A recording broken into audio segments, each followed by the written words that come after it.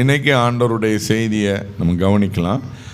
உங்களுக்காக இந்த மீட்டிங்காக ஜெபம் பண்ணிகிட்டே இருந்த நாட்களில் ஆண்டவர் கொடுத்த ஒரு வசனம் ஏசாயா 40வது அதிகாரம் 31வது வசனத்தை வாசிக்கலாம். ஏசாயா 40:31. கர்த்தருக்கு காத்திருக்கிறவர்களோ புது பலன் அடைந்து கழுகுகளைப் போல செட்டைகள் அடித்து எழும்புவார்கள். அவர்கள் ஓடினாலும் இளைப்படையார்கள், நடந்தாலும் சோர்ந்து போவார்கள். ஹல்லேலூயா. இன்னைக்கு ஆண்டவர் நமக்கு கொடுத்திருக்கிற ஒரு நல்ல ஒரு வார்த்தை, கர்த்தருக்கு காத்திருக்கிறவர்கள். அப்படின்னா என்ன?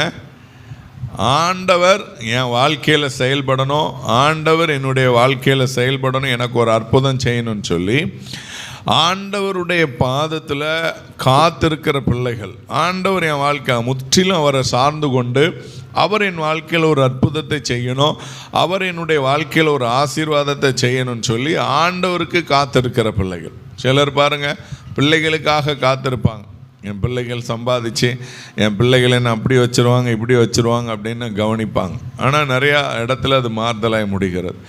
சிலர் பெற்றோரை சார்ந்திருப்பாங்க. எங்கள் அப்பா என்னை பார்த்துக்குவாங்க, எங்கள் அம்மா என்னை பார்த்துக்குவாங்க, அப்படியெல்லாம் இல்லாமல் முற்றிலும் ஆண்டவரை சார்ந்து இந்த ஆண்டவருக்காய் காத்திருக்கிற பிள்ளைகள், அவர் சமூகத்தில் காத்திருக்கிற பிள்ளைகள், ஆண்டவர் என்னுடைய வாழ்க்கையில் செயல்படணும்னு சொல்லி காத்திருக்கிற பிள்ளைகள், அவர்களுடைய வாழ்க்கையில் தேவன் அற்புதத்தை அதிசயத்தையும் செய்வார். கர்த்தருக்கு காத்திருக்கிறவர்கள் புது பலன் அடைவார்களாம்.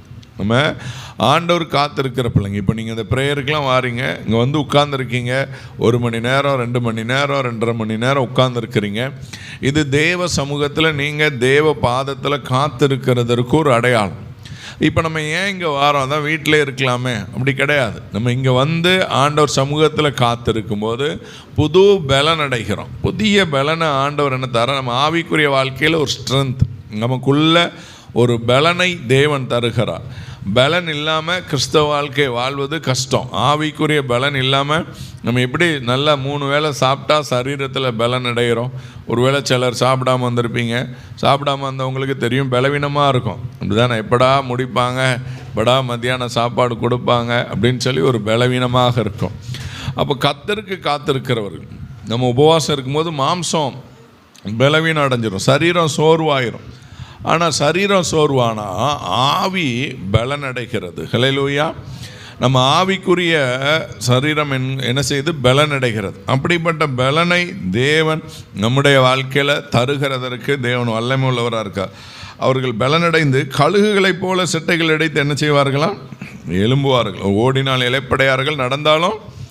நம்ம கழுகு கதை நிறைய பேருக்கு தெரியும், அப்படி தானே? கழுகு வந்து என்ன பண்ணுமா, ஒரு குறிப்பிட்ட வயதில் அதோட எல்லா ஆயுசு எல்லாம் முடிகிற மாதிரி வந்துடுமா. அப்படி சூழ்நிலையில் பெரிய மலைகளில் போய் அந்த கழுகுகள் இருந்து தன்னுடைய சிறகுகளை எல்லாம் அதுவே பிடுங்கி தன்னுடைய நகங்கள் எல்லாம் பிடுங்கி போட்டுருமா. திரும்ப அந்த மலையிலே காத்திருக்கும் அது வளர்கிற வரைக்கும். திரும்ப வளர்ந்த பிறகு பார்த்திங்கன்னா அதுக்கு ஒரு புதிய பலன் என்ன செஞ்சிருமா, உண்டாயிருமா. சாக போன கழுகு திரும்ப ரொம்ப வருஷம் உயிரோட வாழும்.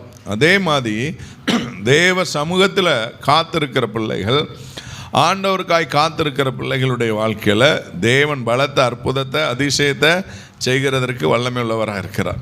இப்போ பார்த்தோம் அப்படின்னா கர்த்தருக்கு காத்திருக்கும் போது என்ன நடக்குது அப்படிங்கிறத நம்ம வாசிக்கலாம்.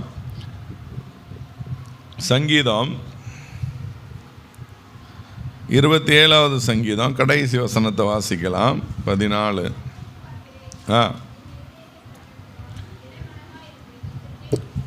பாருங்க, கர்த்தருக்கு காத்திரு, அவர் உன்னை ஸ்திரப்படுத்துவார். திடமனதாக இருந்து கர்த்தருக்கே காத்திரு. இப்போ நம்ம வாழ்க்கையில் ஒரு பிரச்சனை, குடும்பத்தில் ஒரு பிரச்சனை, குடும்ப வாழ்க்கையில் ஒரு பிரச்சனை, எதுவாக இருந்தாலும் தெய்வ சமூகத்தில் நம்ம காத்திருக்கணும். அப்படி காத்திருக்கும் போது என்ன பண்ணுவாரா, நம்ம இருதயத்தில் ஸ்திரத்தன்மை என்ன செஞ்சுருக்காது, இருந்திருக்காது. இருதயத்தில் சிலருக்கு ஸ்திரத்தன்மை இல்லாமல் இருக்கும். இருதயம் பார்த்தீங்க அப்படின்னா ரொம்ப சோர்வடைந்து போயிருக்கும், கவலை அடைந்து போயிருக்கும், துக்கம் நிறைந்ததாக இருக்கும். ஒரு முறை நம்ம டீம் தம்பிமாரோட ஊழியத்துக்கு போகும்போது ஒரு தம்பி கார் ஓட்டிகிட்டு வராங்க. ஆனால் ஒரு ஊரில் நாங்கள் போய் நிற்கிறோம் ஊழியத்துக்குன்னு சொல்லி முழுரவு ஜெபம் நடத்துவதற்காக போய் நிற்கிறோம் பாட்டக்கரைங்கிற கிராமத்தில். ஆனால் நான் காரை விட்டு இறங்குறதுக்கு முன்னாடி திடீர்னு பார்த்தீங்கன்னா ஒரு இருதயத்தில் அப்படியே துக்கம் வந்து நிரம்புகிறது. ஆனால் தெளிவாக ஆவியானவர் உணர்த்துகிறார், இது உன்னுடைய துக்கம் இல்லை, உன் பக்கத்தில் இருக்கிற இருதயத்தில் இவ்வளவு துக்கத்தோடு அந்த சகோதரன் உங்கள் கூட ஊழியத்துக்கு வந்திருக்கிறான். அப்போ நான் காரை விட்டு இறங்காமல் அந்த தம்பிகிட்ட கேட்கண்டே, உனக்கு என்ன பிரச்சனை, உன் இருதயத்தில் எதுவும் ப்ராப்ளமா, எதுவும் கவலையோடு வந்திருக்கியா அப்படின்னா அவன் கேட்டான், உங்களுக்கு எப்படி தெரியும் அப்படின்னு சொல்லி கேட்டான். அப்போ அவன் இருதயத்தில் இருக்கிற கவலைகள் துக்கத்தை ஆண்டவர் என்ன செஞ்சார் தெரியப்படுத்தினா. அப்புறம் நம்ம ஜோம் பண்ணிவிட்டு ஆண்டவர் அவனை ஸ்திரப்படுத்தினார்.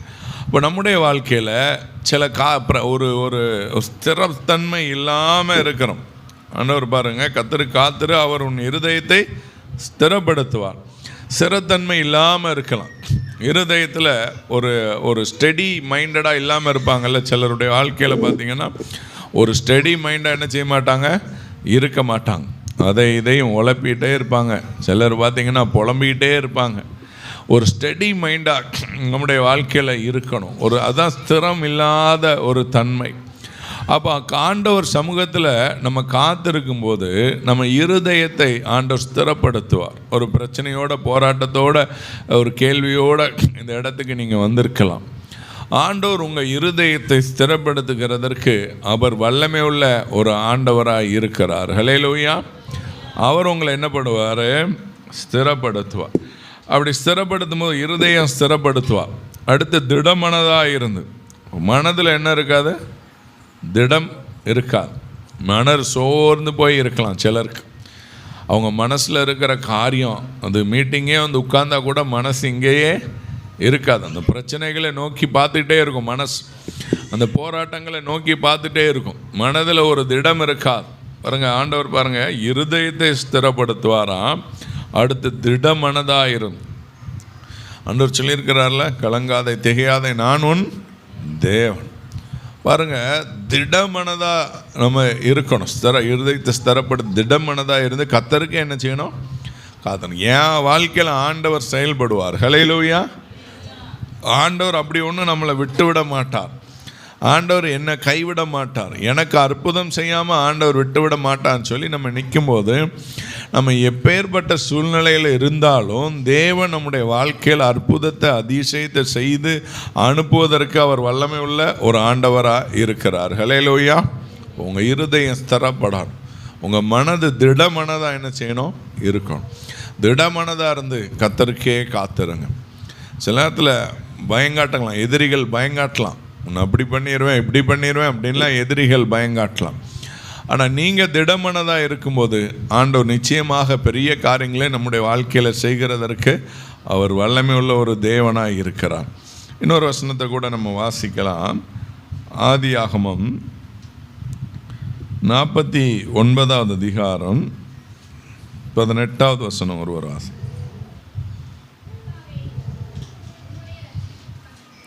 கர்த்தாவே, உம்முடைய ரட்சிப்புக்கு நான் என்ன செய்கிறேன், காத்திருக்கிறேன். ரட்சிப்புன்னா நம்ம ஆர்சி பைபிளில் பார்த்தீங்க அப்படின்னா மீட்புங்கிற வார்த்தையை பயன்படுத்தியிருப்பாங்க. உம்முடைய மீட்புக்கு என்ன செய்கிறேன், காத்திருக்கிறேன். உங்கள் ரட்சிப்புக்கு காத்திருக்கிறேன். அப்போ எல்லா காரியத்துக்கும் தேவ சமூகத்தில் காத்திருக்கிற பிள்ளைகளாக நம்ம இருக்கணும். நம்ம வாழ்க்கையில் அற்புதம் செய்யணும் அப்படின்னா காத்திருக்கணும். ஆனால் காத்திருக்கிறது வந்து ரொம்ப கஷ்டமாக இருக்கும், அப்படி தானே?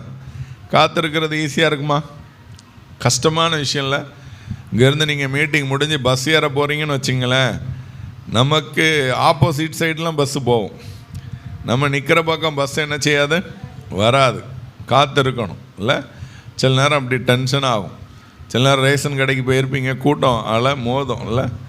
சில நேரங்களில் காத்திருக்க வேண்டிய சூழ்நிலை இருக்கும். நம்ம சிட்டிலலாம் கார் ஓட்டினோம் அப்படின்னா பயங்கரமாக பொறுமை, நீடிய பொறுமை, தயவு, சாந்தம் எல்லாம் என்ன செஞ்சிடும், வந்துடும், எல்லாம் வந்துடும்.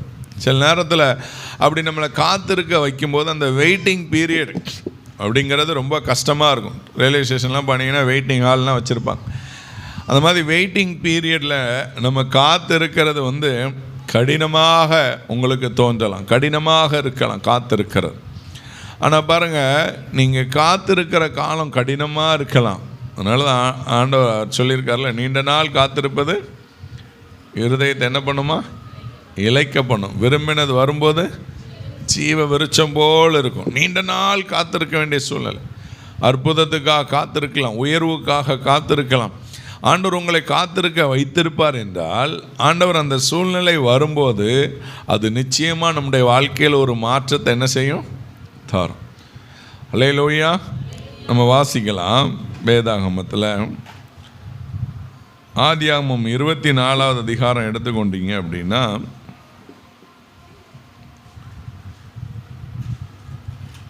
25 40 வாசிங்க. 20 வாசிங்க. 25 20. பாருங்க, ஈசாக்கு ரெபேக்காலை விவாகம் பண்ணுகிற போது 40 வயதாக இருந்தான். அதே 24 கடைசி வசனம் நம்ம பார்த்தோம்னா ஈசாக்கு வாசிங்க. அப்பொழுது ஈசாக்கு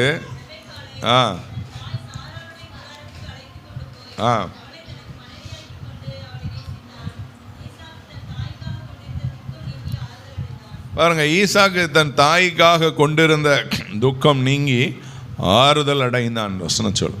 ஈசாக்குடைய தாய் இறந்து போயிட்டாங்க. செல்லம் போல வளர்த்த பிள்ளை, ரொம்ப வருஷம் கழித்து பிறந்த பிள்ளை, ஒருவேளை குழந்தையா வளர்க்க வேண்டிய வயதெல்லாம் தாண்டி பேர குழந்தைங்களை பார்க்க வேண்டிய வயதில் ஆண்டவர் கர்ப்பத்தின் கனியை கொடுத்து ஈசாக்கு என்ன செஞ்சார்? கொடுத்து தேவன் ஆசீர்வதித்தார். அப்படிப்பட்ட தாய் இறந்து விட்டார்கள். ஆனால் கல்யாணம் ஆகலை. வயசு எத்தனாச்சு? 40 ஆச்சு. ஒருவேளை அந்த காலத்தில் 40 வயதுலேயும் நல்ல பலனோடு இருந்தார். திருமணத்துக்காக காத்து இருக்கிறான்.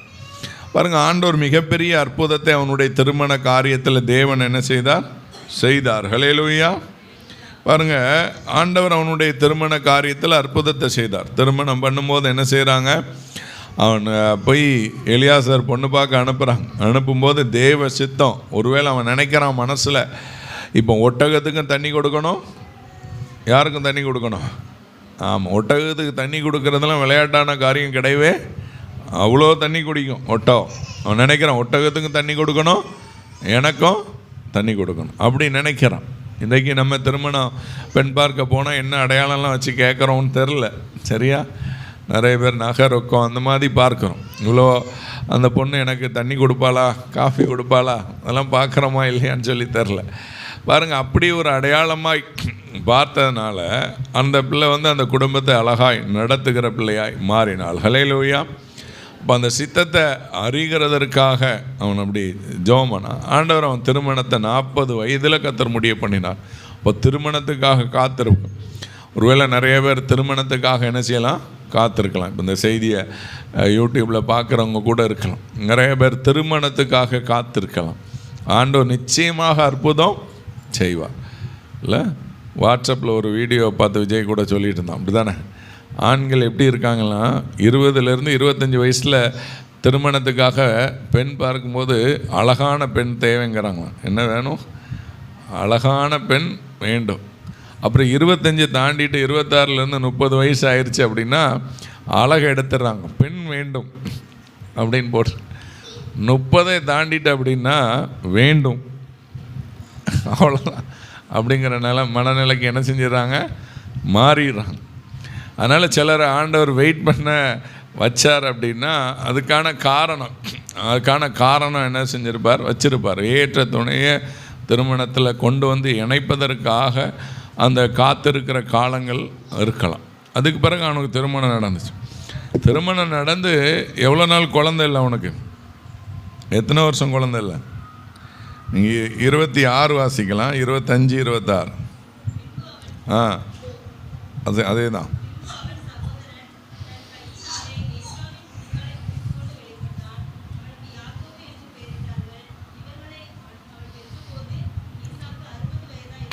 ஈசாக்கு எத்தனை வயசு? ஆமாம், எத்தனை வயசில் கல்யாணம்?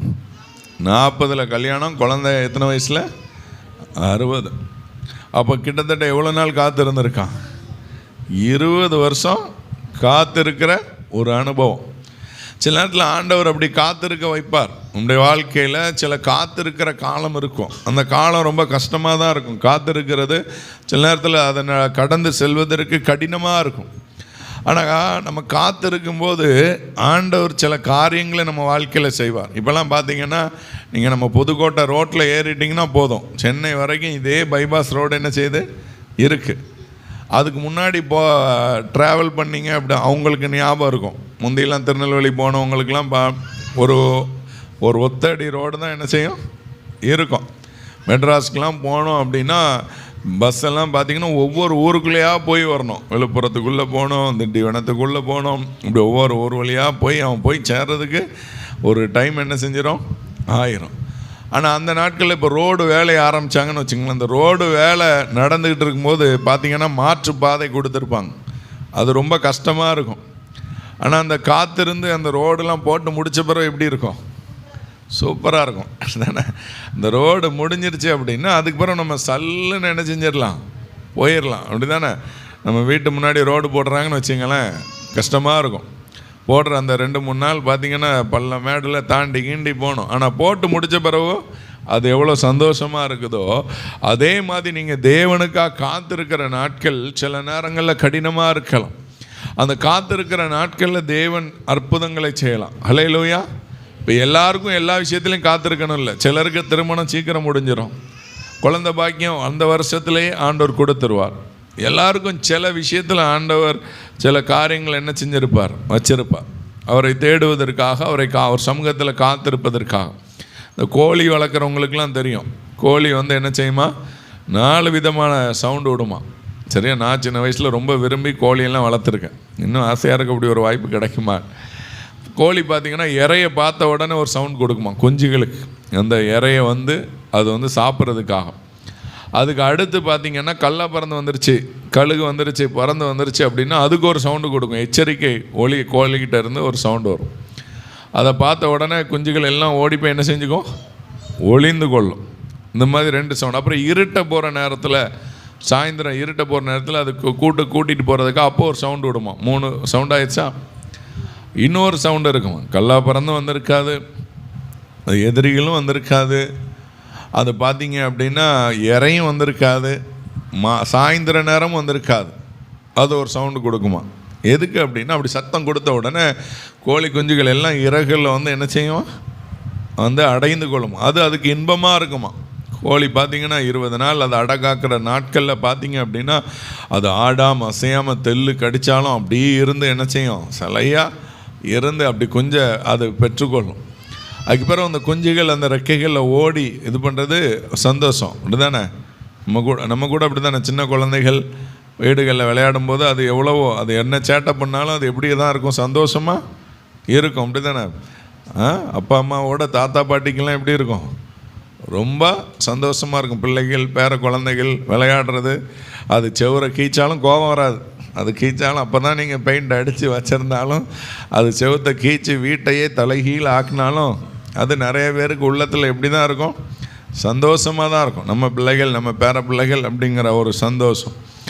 அது மாதிரி தான் ஆண்டவருக்கு அவருடைய பிள்ளைகள், தான் கோழி தன் குஞ்சுகளை செட்டைகளில், அதே மாதிரி நான் அவங்கள என்ன செய்கிறேன், ஆமாம் கூப்பிட்றேன் அப்படின்னு சொல்லி ஆண்டவர் சொல்கிறார். அதே மாதிரி அவருடைய பிள்ளைகள் அவர் சமூகத்துக்கு வர்றதை அவர் விரும்புவார். ஹல்லேலூயா.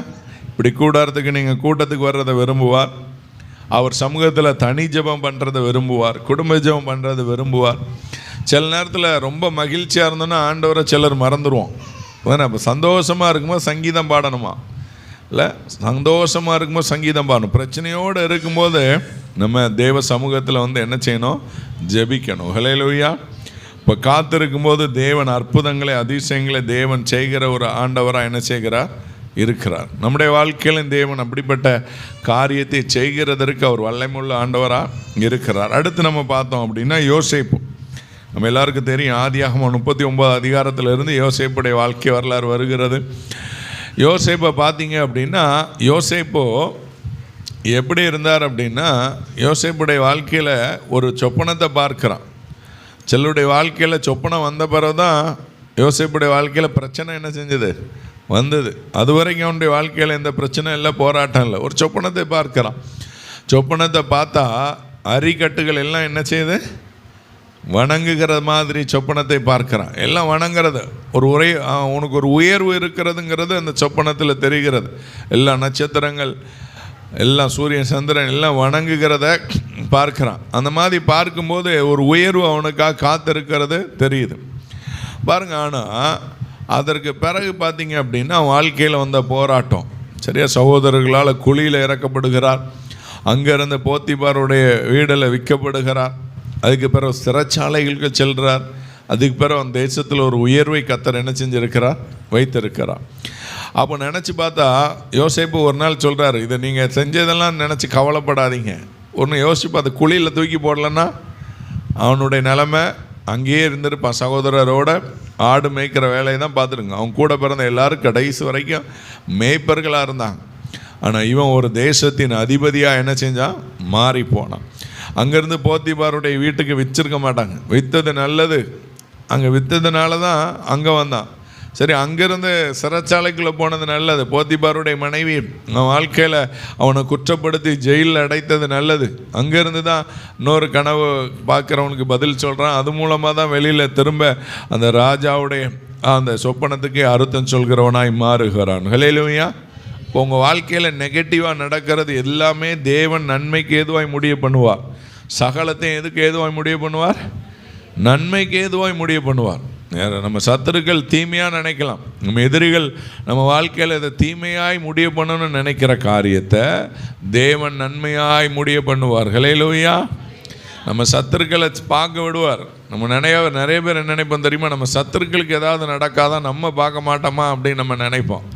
ஆனால் நம்ம சத்துருக்களை ஆண்டவர் கொஞ்சம் வச்சிருப்பார். எதுக்காக அப்படின்னா, உங்கள் வாழ்க்கையில் தேவன் செய்கிற நன்மைகளை அவர்கள் பார்க்க வேண்டும் என்பதற்காக தேவன் அவர்களை என்ன செஞ்சிருப்பார், வச்சிருப்பார். நீங்களே யுத்தம் பண்ணக்கூடாது, நீங்களே வாய் காட்டக்கூடாது, நீங்களே சண்டை போட்டுறக்கூடாது, நீங்களே சபிச்சிடக்கூடாது.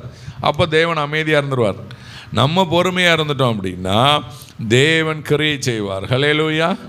தேவன் அபரிவிதமாய் கிரியை செய்வார். நம்ம சத்துருக்கள் நம்முடைய வாழ்க்கையில் அவங்களெல்லாம் பார்க்கும்படி தேவன் வைத்திருப்பார். அவர்கள் எங்கே வெட்கப்பட்டீங்களோ அந்த இடத்துல தேவன் உயர்த்துகிறதுக்கு வல்லமை உள்ள தேவனாக இருக்கார். அதே நாட்டில் உயர்த்தப்படுகிறான்.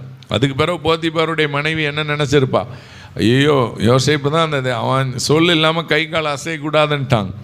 அவளுக்கு எவ்வளோ அவமானமாக இருந்திருக்கும், அவனை போய் நம்ம இந்த மாதிரி காட்டி கொடுத்தோம், நம்ம தண்டிச்சிருவானோன்னு சொல்லி. ஆனால் அவன் ஒன்றுமே செய்யலை. ஹல்லேலூயா. ஏன்னா அந்த மாதிரி எல்லா காரியத்தினால தான் அவன் நன்மையாய் அவனுடைய வாழ்க்கையில் ஆண்டவர் முடிய பண்ணார். இன்னொரு வசனத்தை கூட வாசிக்கலாம். யோபு 14:14 வாசிங்க.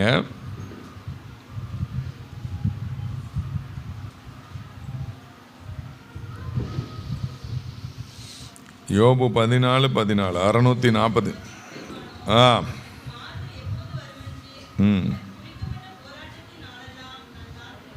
பாருங்க, போராட்டத்தின் நாளெல்லாம் என்ன செய்கிறேன், காத்து இருக்கிறேன். நம்ம வாழ்க்கையில் வருகிற போராட்டம் பிரச்சனைகளுக்கு மத்தியில் நம்ம தேவ சமூகத்தில் என்ன செய்யணும், காத்து இருக்கணும்.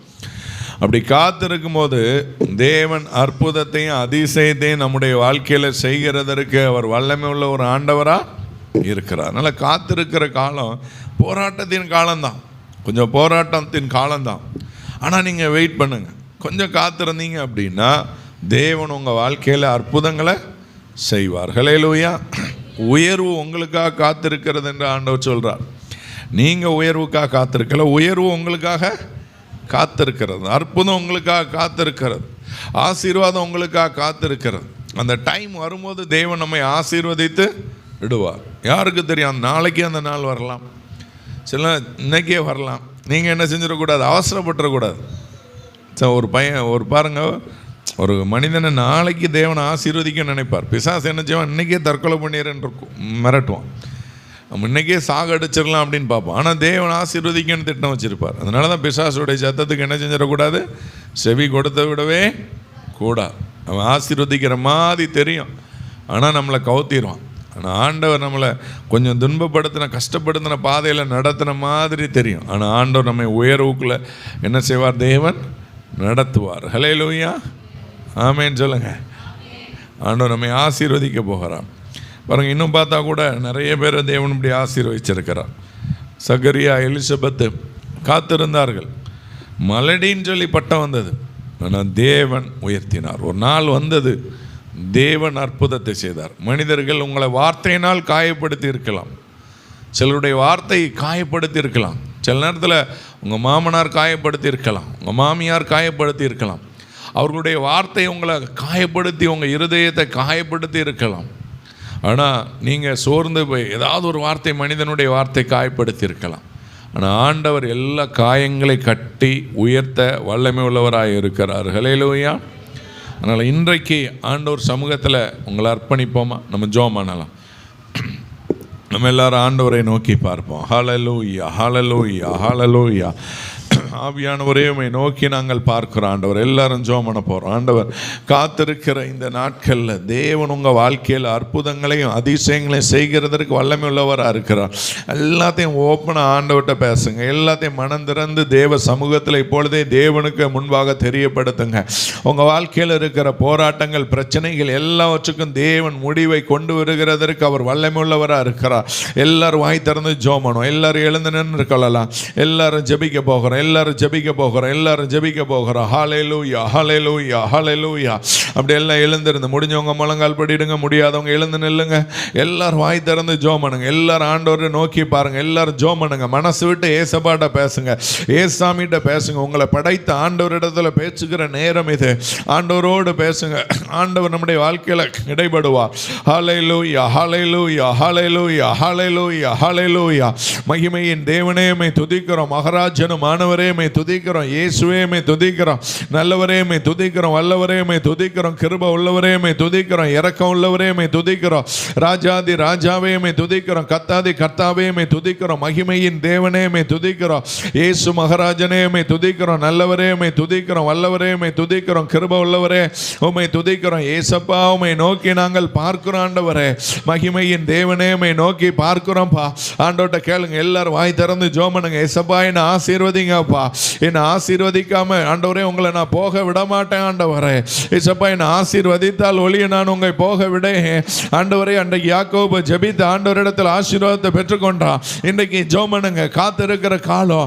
ஆண்டவர், சில பிள்ளைங்க காத்திருக்கிறீங்க. ஆண்டவர் சொல்றார், கர்த்தருக்கு காத்திருக்கிறவர்கள் புது பலன் அடைந்து கழுகுகளை போல செட்டைகள் அடைந்து ஆண்டவர் உங்களை பார்த்து சொல்லுகிறார், புது பலனை தரப்போகிறார். மீண்டும் பறக்கிறதற்கான வாய்ப்பை தேவன் ஏற்படுத்த போகிறார். ஒருவேளை வாழ்க்கையில் உயர்வோம், பறக்கிறது என்றால் உயர்வோம். ஒரு உயர்வுல இருந்து நான் தாழ்ந்த இடத்துக்கு வந்துட்டேன்னு சொல்லி நீங்க கண்ணீரோடு நிற்கலாம். ஆண்டவர் மீண்டும் உங்களை உயர்த்த போகிறார். உங்க குடும்பத்தை உயர்த்த போகிறார். உங்க வாழ்க்கையை உயர்த்த போகிறார். ஒரு அற்புதத்தை, அதிசயத்தை தேவன் செய்யும்படியாக தேவனது இடத்துல உங்களை கொண்டு வந்திருக்கிறார். பரிசுத்த ஆவியானுடைய வல்லமை இயேசுவை நாமத்தினால பிள்ளைகள் மேல ஊற்றப்படும்படி ஜெபிக்கிறேன். கர்த்தருடைய மகிமை, கர்த்தருடைய மகிமை, கர்த்தருடைய வல்லமை. ஜெபம் பண்ணுங்க, ஜெபம் பண்ணுங்க, ஜெபம் பண்ணுங்க. மனம் விட்டு ஜெபம் பண்ணுங்க. மனசு விட்டு ஏசப்பாட்ட ஜெபம் பண்ணுங்க. இருதயத்தில் இருக்கிற காயங்கள், கஷ்டங்கள், கவலைகள், குழப்பங்கள் எல்லாம் என்னை விட்டு மாறட்டாண்டவரேன்னு சொல்லி ஜெபம் பண்ணுங்க. ஆவியானவரே, உம்மை நோக்கி நான் பார்க்கிறேன். ஆண்டவரே, அப்பா, மனிதர்கள் நிமித்த காயப்பட்டு இருக்கிற இருதயம் இயேசு சுவாமி இப்பொழுது காயம் கட்டுகிறவராய் வந்து நிற்கிறார். ஆண்டவர்கிட்ட பேசுங்க. ஏசப்பா சமூகத்தில் மௌனமாக இருக்காதீங்க. இயேசுவே, என்னை ரட்சிங்க ஆண்டவரே. உம்முடைய ரட்சிப்புக்காக காத்திருக்கிறேன் என்று நம்ம பார்த்தோம். ஆண்டவரே, காத்திருக்கிறதுக்கு என்னை அர்ப்பணிக்கிறேன் ஆண்டவரேன்னு சொல்லுங்க. ஆண்டவர் இன்றைக்கு உங்கள் வாழ்க்கையில் அற்புதத்தை, அதிசயத்தை செய்யும்படி வந்திருக்கிறார். ஹல்லேலூயா, ஹல்லேலூயா, ஹல்லேலூயா. ஜெபம் பண்ணுங்க. வியாதியோடு இருப்பீங்கன்னு அந்த வியாதியில் விடுதலை கேளுங்க. ரட்சிக்கப்படாமல் இருப்பீங்கன்னா ரட்சிப்பு கேளுங்க. மனம் திரும்பாமல் இருந்தோன்னா மனம் திரும்புதலை கேளுங்க. அபிஷேகம் பெறாமல் இருந்தோம் அபிஷேகத்தை கேளுங்க. ஹல்லேலூயா, ஹல்லேலூயா, ஹல்லேலூயா. வல்லமை, வல்லமை, வல்லமை, வல்லமை, வல்லமை. ஒரு தெய்வ கரம் இறங்கி தொடுவதாக, அக்னி இறங்கி தொடுவதாக. வந்திருக்கிற ஒருத்தர் வெறுமையா திரும்பி போக கூடாது. ஒரு தெய்வ பிரசன்னம் தொடட்டாண்டவரே. அப்பா, உம்முடைய பிள்ளைகளை தொடுவீராக. உம்முடைய அபிஷேகம் தொடட்டாண்டவரே. அப்பா, உம்முடைய கரம் இறங்கி தொடட்டாண்டவரே. இயேசு, இயேசு, இயேசுங்கிற நாமம் உயர்ந்து இருப்பதாக. இதோ உம்முடைய வல்லமை, இதோ உம்முடைய வல்லமை அநேகரை தொட்டு கொண்டு இருக்கிறதற்காக நன்றி ஆண்டவரே. காயப்பட்ட இருதயத்தை இப்பொழுது கர்த்தர் சரிப்படுத்துகிறார். ஆமென். சரீரத்தில் இருக்கிற காயங்களை இயேசு இப்பொழுதே குணமாக்குகிறார். ஆமென். ஜெபம் பண்ணுங்க. உங்க உடன் பிறந்தவங்க, உங்க குடும்பத்தில் இருக்கிறவங்க, வீட்டில் இருக்கிறவங்க காயப்பட்டு இருக்கலாம். இயேசு இப்பொழுது அவங்களுக்காக நீங்க ஜெபம் பண்ணும்போது அவர்களுடைய காயங்களை சுகமாக்குகிறார். அவருடைய காயங்களை சுகமாக்குகிறார். இயேசுவே, உமக்கு ஸ்தோத்திரம் ஆண்டவரே. ஆசீர்வாதத்துக்காக காத்திருக்கலாம், திருமணத்துக்காக காத்திருக்கலாம், வேலைக்காக காத்திருக்கலாம், குழந்தைக்காக காத்திருக்கலாம். இயேசுவின் நாமத்தினால் அற்புதம் நடக்கட்டும் ஆண்டவரே. நன்றியோடு உம்மை துதிக்கிறோம், சோதரிக்கிறோம் ஆண்டவரே. ஹல்லேலூயா, ஹல்லேலூயா, ஹல்லேலூயா. ஆவியானவரே, உமக்கு நன்றி அப்பா, நன்றி அப்பா. உடைய பிள்ளைகள் இந்த இடத்துல கொண்டு வந்ததற்காக நன்றி ஆண்டவரே. பிள்ளைகளுடைய வாழ்க்கையில் அற்புதம், அதிசயம் செய்யுங்கப்பா. இந்த கூடாரத்துக்கு வருகிற பிள்ளைகள் ஆசீர்வாதமாக இருக்கட்டும் ஆண்டவரே. எல்லா தேவைகளை சந்திங்கப்பா. ஊழியத்தில் இருக்கிற தேவைகளை சந்திங்கப்பா. ஊழியத்துக்காக ஜெபிக்கிற பிள்ளைகளை ஆசீர்வதிங்க. இந்த ஊழியத்துக்காக கொடுத்து உதவுகிற பிள்ளைகளை ஆசீர்வதிங்க. இந்த ஒரு எங்களோடு இணைந்து ஊழியம் செய்கிற பிள்ளைகளை ஆசீர்வதிங்க. ஜெப ஊழியத்தை செய்கிற பிள்ளைகள் அப்பா, ஆண்டவரை தாங்குகிற ஊழியத்தை செய்கிற பிள்ளைகள், ஆண்டவர் எங்களோடு இணைந்து தோள் கொடுக்கிற பிள்ளைகள் ஒவ்வொருவரையும் ஆசீர்வதிங்க. நாம மகிமைப்படட்டு. இயேசுவின் நாமத்தில் ஜெபிக்கிறோம் பிதாவே. ஆமென், ஆமென். என் ஆத்துமாவே கர்த்தரை சோதரி, முழு உள்ளமே பரிசுத்த நாமத்தை சோதரி. என் ஆத்துமாவே கர்த்தரை சோதரி, கர்த்தர் செய்த சகல உபகாரங்களை மறவாது. ஆமென், ஆமென். ஹல்லேலூயா.